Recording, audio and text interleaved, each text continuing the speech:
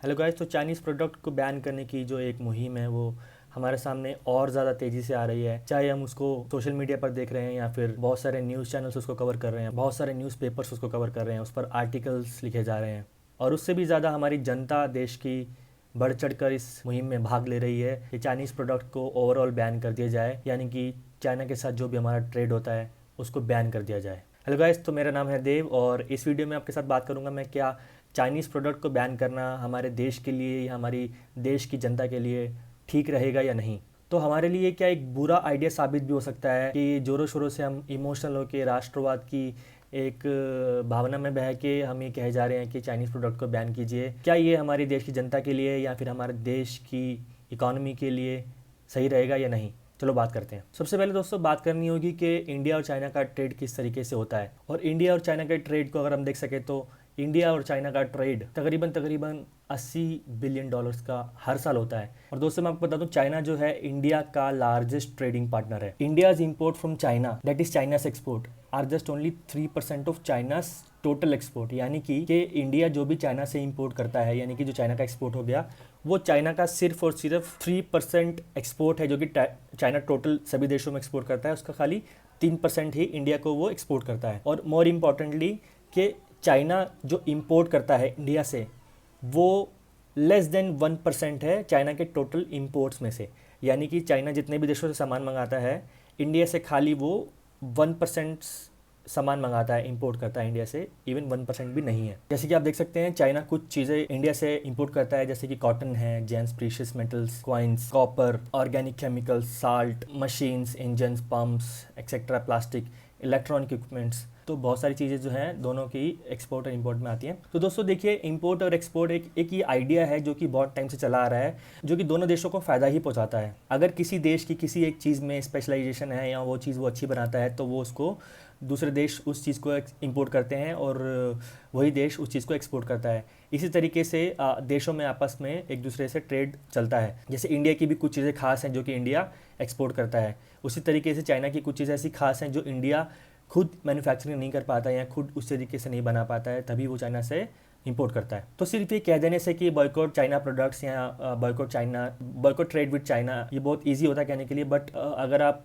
Diplomatic level पर जाएं या फिर गवर्नमेंट के लेवल पर जाएं तो ये नहीं हो सकता। गवर्नमेंट ही खुद चाहती है कि उनकी उसकी पब्लिक खुद जो है चाइना की चीज़ें बॉयकॉट करे, पर गवर्नमेंट खुद नहीं कर सकती क्योंकि हमारे पास अभी तक कोई ऐसी मैन्युफैक्चरिंग पावर नहीं है हमारे देश में, या हमारे पास उस तरह का ऐसा मैन्युफैक्चरिंग सेटअप नहीं है कि हम वो चीज़ें पहले खुद से उसको मैन्युफैक्चर कर पाएँ ताकि हम उसको उसके इंपोर्ट से बचें या फिर उसको इंपोर्ट ना करें। पिछली वीडियो में मैंने आपको बताया था कि कुछ ऐसी चाइनीज़ ऐप्स के बारे में बताया था जो कि हमारे यहाँ पे किस तरीके से काम करती हैं। कुछ हमारे फेमस स्टार्स हैं जो उन ऐप्स को एंडोर्स करते हैं, बट अब मैं आपको बता रहा हूँ कि कुछ ऐसी इंडियन कंपनीज़ हैं, बहुत बड़ी बड़ी कंपनीज़ हैं जिनमें डायरेक्ट चाइनीज़ इन्वेस्टमेंट्स हैं और वो भी बहुत मेजर इन्वेस्टमेंट्स हैं। तो जिनमें से कुछ इंडियन कंपनीज़ हैं Zomato, Swiggy, Ola, Paytm mall, Flipkart, Big Basket, Dream eleven, Oyo, दुनिया भर की इस तरीके से कंपनी हैं जो कि चाइनीज़ इन्वेस्टमेंट के साथ चल रही हैं। तो दोस्तों पेटीएम एक ऐसी कंपनी है जो कि जितने भी हमारे देशवासी हैं वो सभी पेटीएम का यूज़ करते हैं। इवन गवर्नमेंट भी पेटीएम को बहुत ज़्यादा इंडोर्स करती है कि पेटीएम यूज़ करो, एटीएम मत करो। खैर, लेकिन पेटीएम भी एक बहुत बड़ी चाइनीज़ इन्वेस्टमेंट के साथ ही चल रहा है। एक चाइनीज़ कंपनी है अलीबाबा ग्रुप, जो एंड फाइनेंशियल ग्रुप के नाम से भी जानी जाती है, अब वो होल्ड करती है लगभग 29.71% शेयर्स पेटीएम के। एक बहुत ही बड़ा इन्वेस्टमेंट है उस कंपनी में। और दोस्तों बात करते हैं इंडिया की एक और बड़ी कंपनी ओयो की, जिसमें एक बहुत बड़ी इन्वेस्टमेंट लगाता है चाइना की कंपनी दीदी छूशिंग। दीदी छूशिंग में भी अगर मैं रॉन्ग नहीं हूँ तो ये भी एक टेंसेंट कंपनी का पार्ट है, बहुत बड़ी कंपनी चाइना की। उसके अंदर दीदी छूशिंग ने ओयो के अंदर लगभग $1 बिलियन जो है उसमें इन्वेस्ट किया था। और आपको बता दूं कि ओयो जो है चाइना में इंडिया से ज़्यादा कमाई करता है और बहुत ही अच्छे लेवल के चाइना में ओयो ने फ्रेंचाइजीज बेच रखी हैं। पिछले साल यानी कि 2019 जुलाई में मैं भी एक चाइना के एक 4 स्टार होटल जो कि एक ओयो फ्रेंचाइजी था उसमें रुका था और बहुत ही अच्छा स्टैंडर्ड था। तो ओयो और चाइना का रिलेशन जो है बहुत ही स्ट्रॉन्ग है। उसके बाद दोस्तों देख सकते हैं कि हमारे एक कंपनी है ओला, जैसे उबर है वैसे ओला है, इंडियन कंपनी है। उसमें भी टेंसेंट के जो हैं शेयर्स हैं। टेंसेंट एक बहुत बड़ी चाइनीज़ कंपनी है। उसके बाद आप देखेंगे कि पेटीएम मॉल में भी है। फ्लिपकार्ट में टेंसेंट का बहुत बड़ा एक इन्वेस्टमेंट है। फ्लिपकार्ट मेनली वॉलमार्ट ने ओवरटेक कर लिया था, बट फिर भी उसके बाद टेंसेंट ने उसमें बहुत ज़्यादा पैसा लगाया। और बिग बास्केट में अलीबाबा का है, ड्रीम11 में टेंसेंट का है, जैसे ओयो का आपको बता दिया मैंने, पॉलिसी बाजार, बायजूस, डिलीवरी एक न्यू स्टार्टअप है, उसका भी इन्वेस्टमेंट है। तो लगभग 60 ऐसी कंपनीज हैं जिनमें डायरेक्ट चाइनीज़ इन्वेस्टमेंट है, वो भी बहुत ही बड़े लेवल पर। तो दोस्तों, चाइनीज़ प्रोडक्ट बैन करने का मतलब है कि चाइना के साथ ट्रेड को रोकना, और बहुत ही बड़ी इन्वेस्टमेंट के साथ चाइनीज़ कंपनीज जो है इंडिया की मार्केट में घुस चुकी हैं। तो ये बहुत ही ज़्यादा मुश्किल होगा इन कंपनीज़ को रन करने के लिए अगर चाइना के साथ ट्रेड हम रोकते हैं तो। और दोस्तों, जब चाइना से इन्वेस्टमेंट आती है इतनी बड़ी और ये चाइनीज़ कंपनीज़ इन कंपनीज़ में, इंडियन कंपनीज़ में इन्वेस्ट करती हैं, तो ये कंपनीज़ जो हैं और बड़ी बनती हैं, और उस हिसाब से फिर जो है इंडिया में और एम्प्लॉयमेंट जनरेट होती है, बहुत सारे लोग इससे जुड़े हुए हैं।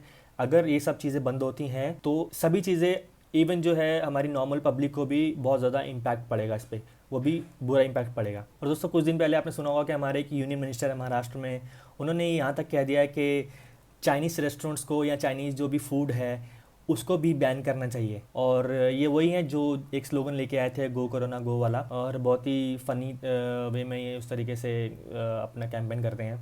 और इनका कहना ये है कि चाइनीज़ जितने भी रेस्टोरेंट्स उनको बैन करो, लेकिन इनको ये भी मालूम होना चाहिए कि उनके अंदर जो काम करते हैं वो चाइनीज़ नहीं है, वो है इंडियंस। अगर वो बंद कर देते हैं तो नौकरी इंडियंस की ही जाएगी, इसमें हमारा ही घाटा है, पर इन साहब का कुछ नहीं जाता। और एक और न्यूज़ आई कि महाराष्ट्र गवर्नमेंट ने लगभग 500 करोड़ रुपए के जो प्रोजेक्ट को है रोक लगा दी है, जो कि एक इन्वेस्टमेंट थी महाराष्ट्र में चाइनीज़ कंपनीज द्वारा। और एक न्यूज़ ये आई थी कि हमारी गवर्नमेंट ने रेलवे से जुड़ा हुआ एक कॉन्ट्रैक्ट जो कि चाइनीज़ कंपनी के साथ था, बीजिंग से, एक बीजिंग की फर्म है, उसे कैंसिल कर दिया था। रीज़न ये दिया गया था कि काम बहुत ही डिले हो रहा है, पोस्टपोन हो रहा है, और कुछ नए साइंस नहीं दिखाई दे रहे हैं, जबकि ये कॉन्ट्रैक्ट जो है गलवान वैली के डिस्प्यूट के सामने आने के बाद ही किया गया। सो क्वेश्चन ये बनता है कि अगर ऐसा ही करना था तो बहुत ही पहले कर दिया जाता, और जब इसका टेंडर निकला था, जब इसकी बिडिंग हुई थी, तो कुछ ही करोड़ के फासले में जो है ये टेंडर चाइनीज़ कंपनी को दिया गया था, जबकि कुछ करोड़ अगर ज़्यादा दे देते तो वो किसी इंडियन कंपनी को जाता। और दोस्तों, हमारे देश की बड़ी बड़ी ऑटोमोबाइल कंपनी जैसे कि टाटा, मारुति, बजाज, इन्होंने भी ये कहा है कि अगर चाइनीज़ प्रोडक्ट्स को बैन करेंगे या फिर चाइना के साथ ट्रेड खत्म करेंगे तो इनकी मैन्युफैक्चरिंग पर बहुत ही बड़ा असर पड़ेगा। इवन दो ये कहते हैं कि इन्होंने बाद में स्टेटमेंट ये दिया कि इनको ज़रूरत इतनी नहीं है कि चाइना से वो अपने कंपोनेंट्स जो हैं वो मंगवाएं, इंपोर्ट कराएं, लेकिन इनके वेंडर्स जो हैं, जो कि पूरे देश में फैले हुए हैं, वो चाइना के जितने भी इक्विपमेंट्स हैं, कंपोनेंट्स हैं जो कि ऑटोमोबाइल्स में यूज़ होते हैं, जितने भी औजार हैं, छोटे छोटे या बड़े बड़े मशीन्स हैं, वो इनके जो वेंडर्स हैं वो वहाँ से इंपोर्ट करते हैं और वो उन पर डिपेंडेंट है। तो अगर चाइना के साथ ये अगर ट्रेड ख़त्म हो जाएगा तो बहुत ही बड़ा असर पड़ेगा इनकी मैन्युफैक्चरिंग पे और आफ्टर सेल सर्विस पे, और चीज़ें बहुत महंगी होगी, क्योंकि अगर चाइना से नहीं ख़रीदा जाएगा तो फिर किसी और देश से ख़रीदा जाएगा, और वो दूसरे देश जो हैं चाइना के कंपैरिजन में बहुत ही ज़्यादा पैसों में वो जो है माल देते हैं। तो आपने न्यूज़ में देखा होगा कि कुछ लोग जो हैं अपनी छत से टीवी फेंक रहे हैं और कुछ सामान तोड़ रहे हैं जो कि चाइनीज़ प्रोडक्ट है। इसके बारे में आपको बताना चाहूँगा कि वो जो चाइनीज़ प्रोडक्ट है वो चाइना ने ऑलरेडी इंडिया में सोल्ड कर दिया है, उसके पैसे चाइना को ऑलरेडी चले गए हैं। तो अगर वो चीज़ें तोड़ी जाती हैं तो नुकसान खाली हमारा ही है। कुल मिला के अगर देखा जाए तो अगर हम चाइना के साथ ट्रेड ख़त्म करते हैं तो हम इतनी बड़ी रकम जो कि ट्रेड डेफिसिट है, जो कि हम चाइना से इंपोर्ट करते हैं लगभग $70 बिलियन का, वो हम बचा रहे होंगे। लेकिन वो सब हमारी ज़रूरत की चीज़ें हैं जो हमको खरीदनी है। अगर हम वो चाइना से नहीं खरीदेंगे तो हम वो किसी दूसरी कंट्री से खरीदेंगे, जैसे कि अमेरिका से खरीदेंगे या फिर यूरोप में किसी कंट्री से खरीदेंगे जो कि उस तरीके के प्रोडक्ट बनाता है, और वहाँ से जो प्रोडक्ट आते हैं वो बहुत महंगे होते हैं। तो ओवरऑल अगर हम चाइना से नहीं खरीदेंगे, अगर किसी दूसरे देशों से खरीदेंगे, तो हमारा जो इंपोर्ट है दूसरे देशों से वो और ज़्यादा पैसों में जाएगा और ज़्यादा बढ़ेगा। अभी चाइना के साथ जो अराउंड $70 बिलियन का है, वो अगर दूसरे देशों से खरीदेंगे तो लगभग वो आपका 100 से पार चला जाएगा। तो ये एक डिफरेंस है। फॉर एग्जांपल, अगर हम चाइना का फ़ोन नहीं खरीदते हैं और हम सोचो कि हम फ़ोन खरीदते हैं अमेरिका का, एप्पल खरीदते हैं, या फिर हम फ़ोन खरीदते हैं कोरिया का, सैमसंग खरीदते हैं, तो दोस्तों बड़े लोगों के लिए तो ठीक है, जो रईस लोग हैं जो अफोर्ड कर सकते हैं एप्पल के फ़ोन या फिर सैमसंग के महंगे महंगे फ़ोन, या फिर दूसरी चीज़ें, जैसे कि अगर आप चाइना से अगर एसी नहीं लेते हैं, अगर आप यूरोप से कोई एसी लेते हैं तो आपको महंगा पड़ेगा, बड़े लोग अफोर्ड कर सकते हैं। लेकिन जो एक मिडिल क्लास बंदा है, जो एक मिडिल क्लास लोग हैं, वो चाइना की चीज़ें हैं कंपैरेटिवली वही अफोर्ड कर सकते हैं अगर हम कंपैरिजन करें दूसरे कंट्रीज़ के प्रोडक्ट्स के साथ। तो दोस्तों, इंडिया की फार्मास्यूटिकल इंडस्ट्री बहुत ही बड़ी है और बहुत नाम है इसका पूरी दुनिया में, जो कि इंडिया की प्राइड भी कहा जा सकता है, और इंडिया का बहुत ही प्राउड है अपनी इंडियन फार्मास्यूटिकल इंडस्ट्री में, क्योंकि वर्ल्ड वाइड जो है आफ्टर आफ्टर यूनाइटेड स्टेट्स जो है इंडिया की फार्मास्यूटिकल इंडस्ट्री बहुत ही एडवांस है और बहुत ही सस्ते में दवाई बनाती है और पूरे वर्ल्ड में एक्सपोर्ट करती है। पर आपको क्या ये मालूम है कि जो फार्मास्यूटिकल इंडस्ट्री है वो अपने API यानी कि जो जिसकी फुल फॉर्म है एक्टिव फार्मास्यूटिकल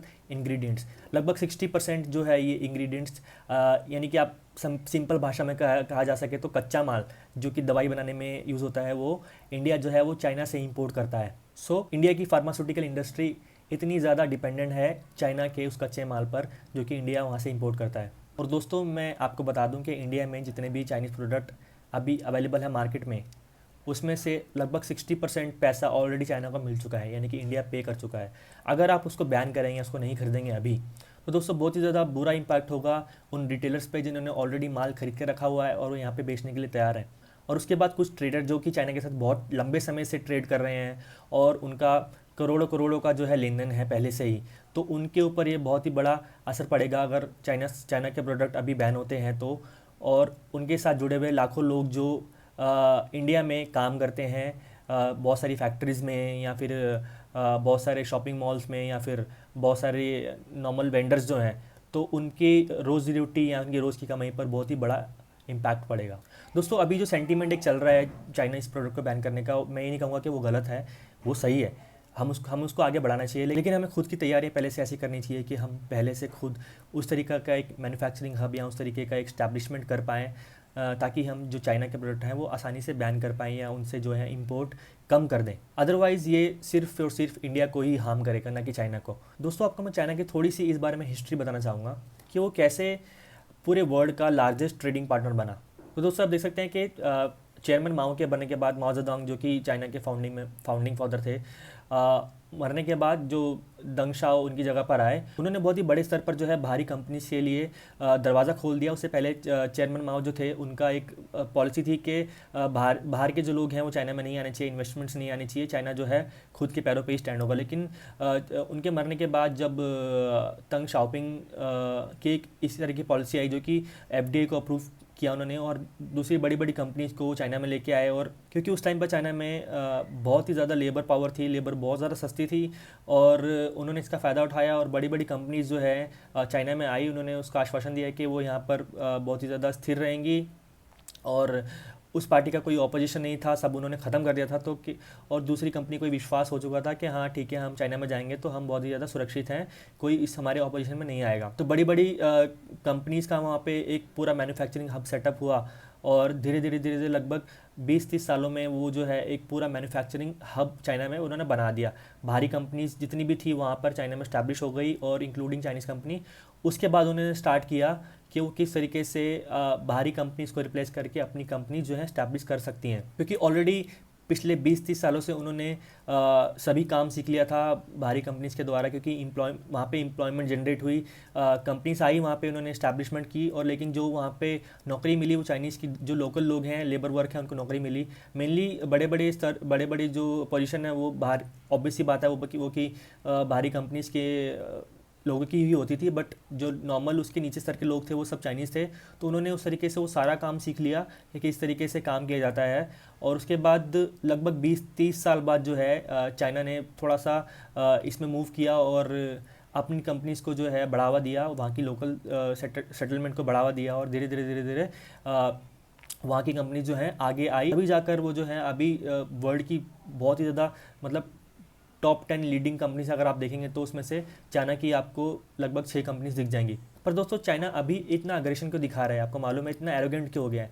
चाइना ने USA को लगभग 10 साल पहले ही पीछे छोड़ दिया था एक्सपोर्ट्स के मामले में, लेकिन 10 साल तक वो चुप रहा। USA के साथ नॉर्मल ट्रेड वॉर चलता रहा, लेकिन नॉर्मल तरीके से दूसरे देशों के साथ वो चुप रहा। लेकिन इन 10 सालों में उसने पूरा का पूरा एकदम जड़ तक वो सभी देशों में घुस गया है, इतनी ज़्यादा इन्वेस्टमेंट्स कर दिए हैं और इतना ज़्यादा मार्केट फैला लिया है कि अब दूसरे देश जो हैं चाइना पे बहुत ही ज़्यादा डिपेंडेंट हो गए हैं। अगर वो चाइना से अपना ट्रेड बॉयकॉट करते हैं तो चाइना को कम नुकसान होगा और उन देशों को ज़्यादा नुकसान होगा। और इसमें USA भी शामिल है जिसका ट्रेड डेफिसिट सबसे ज़्यादा है। अगर हम चाइना के साथ ट्रेड की बात करें तो USA सबसे नंबर 1 पे आता है, जिसका ट्रेड डेफिसिट बहुत ही ज़्यादा चाइना के साथ है और USA को बहुत ज़्यादा लॉस होता है, चाइना का बहुत ज़्यादा फ़ायदा होता है और इंडिया जो है 11वें नंबर पर आता है। तो दोस्तों लास्ट में क्वेश्चन ये आता है कि अगर हम चाइना से ट्रेड को है बंद करेंगे, चाइनीज़ प्रोडक्ट बैन करेंगे, तो चाइना को क्या ये हर्ट करेगा, क्या चाइना को नुकसान करेगा? तो इसका आंसर है नहीं, ये इसका बिल्कुल उल्टा करेगा। It will hurt India and Indians far more than it will hurt China. और चाइना के साथ सभी ट्रेड बैन करने का मतलब है कि इस टाइम पर इंडिया की इकॉनमी, इंडिया की जीडीपी ऑलरेडी इतनी नीचे जा चुकी है, अनएम्प्लॉयमेंट इतना बढ़ चुका है, उसको और ज़्यादा बुरी तरीके से इम्पैक्ट करेगा। तो दोस्तों मेरे हिसाब से, मेरी नज़र में मैं ये कह सकता हूँ कि इंडियन गवर्नमेंट को और हमारी जितनी भी पब्लिक है, हमारी जनता है, उनको ये सोच समझ कर स्टेप उठाना चाहिए कि चाइना के साथ अगर हम बैन करेंगे सभी चीज़ें, ट्रेड बैन करेंगे, तो बुरा ही इम्पैक्ट होने वाला है। इसकी तरह हम ये कर सकते हैं कि जैसे चाइना ने किया अपनी कंट्री में, हम भी क्या कर सकते हैं कि जितनी भी बड़ी बड़ी कंपनीज हैं उनको इंडिया में बुला के मैन्युफैक्चरिंग हब जो है इस्टेब्लिश करवा कर इंडिया में एम्प्लॉयमेंट जनरेट होगा। धीरे धीरे हमारे लोग जो हैं वो सब काम सीखेंगे, टेक्नोलॉजी हमारे इंडिया में आएगी, वो सब लोग सीखेंगे और धीरे धीरे जो है इंडिया में एक मैन्युफैक्चरिंग हब स्टैब्लिश होगा। और उसके बाद धीरे धीरे करके हम जो अपना चाइना से इंपोर्ट है या फिर उनके ऊपर डिपेंडेंसी है वो धीरे धीरे कम कर सकते हैं, ना कि एक साथ बैन करने से बहुत ही बुरा असर पड़ेगा। सो दोस्तों, अगर ये वीडियो आपको अच्छा लगा हो, कुछ समझ में आया हो, तो प्लीज़ इसे शेयर कर दीजिए और मेरा यूट्यूब चैनल जो है उसको सब्सक्राइब कीजिए। अपने सुझाव जो है कमेंट बॉक्स में लिख दीजिए। तब तक के लिए धन्यवाद। नेक्स्ट वीडियो मैं किस टॉपिक पर बनाऊँ आप प्लीज़ मुझे बताएं, मैं जल्दी से ही उस पर एक वीडियो आपके सामने पेश करूँगा।